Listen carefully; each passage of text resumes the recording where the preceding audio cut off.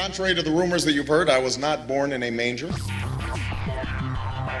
I was actually born on Krypton and sent here to save the planet Earth. We cannot continue to rely only on our military in order to achieve the national security objectives that we've set. Everybody somewhere between the ages of 18 and 25 will serve 3 months of basic training. We've got to have a civilian national security force that's just as powerful, just as strong. Yes, we can. Obama's healthcare plan will include coverage of all essential medical services. Yes, we can. Obama is a cruel hoax. He works for Wall Street. He's an agent of finance capital. Where did you come up with the number $700 billion? Here's the Treasury spokeswoman's quote. It's not based on any particular data point. We just really wanted to come up with a really big number.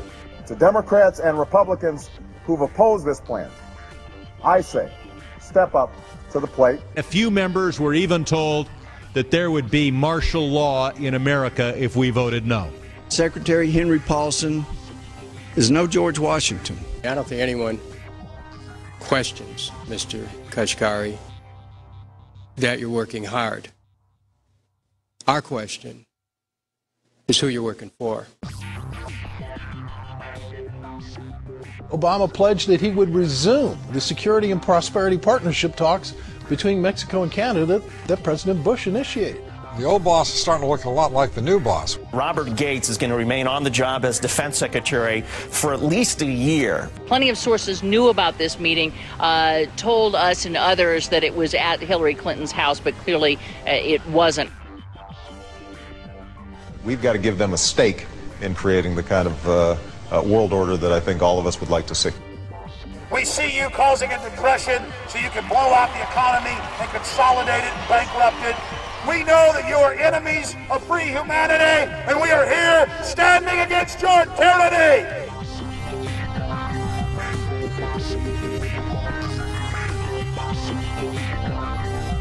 The Obama deception. The truth strikes back.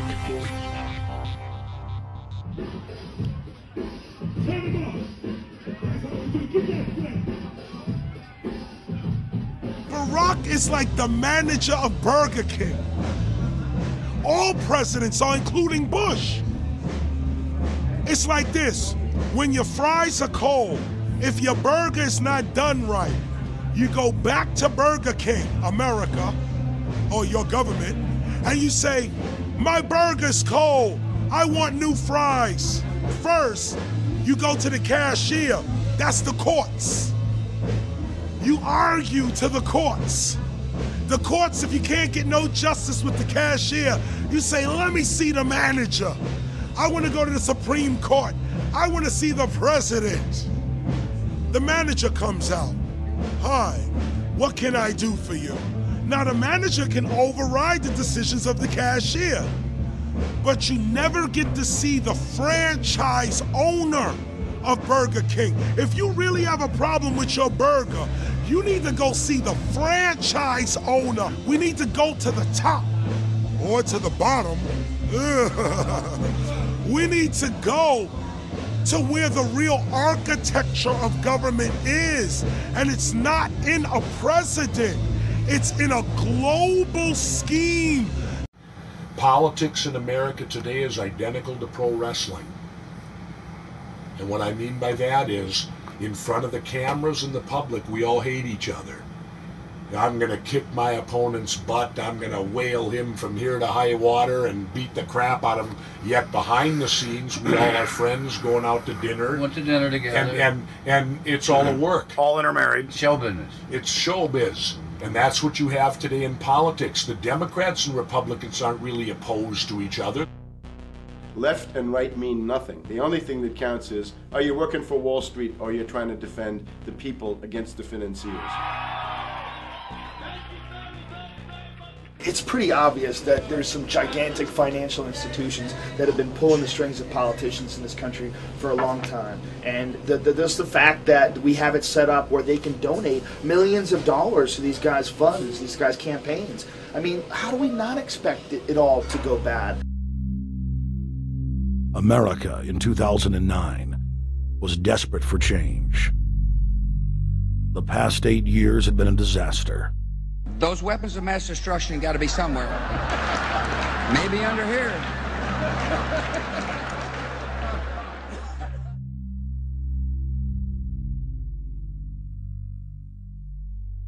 George W. Bush, who had claimed to be a conservative, had tripled the size of the federal government, shredded the Constitution, and destroyed the image of the United States worldwide. Nope, no weapons over there.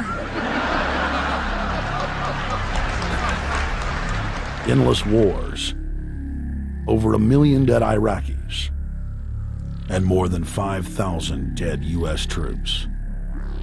The Patriot Act, warrantless domestic wiretapping and spying, the end of Posse Comitatus, the rise of the treasonous North American Union,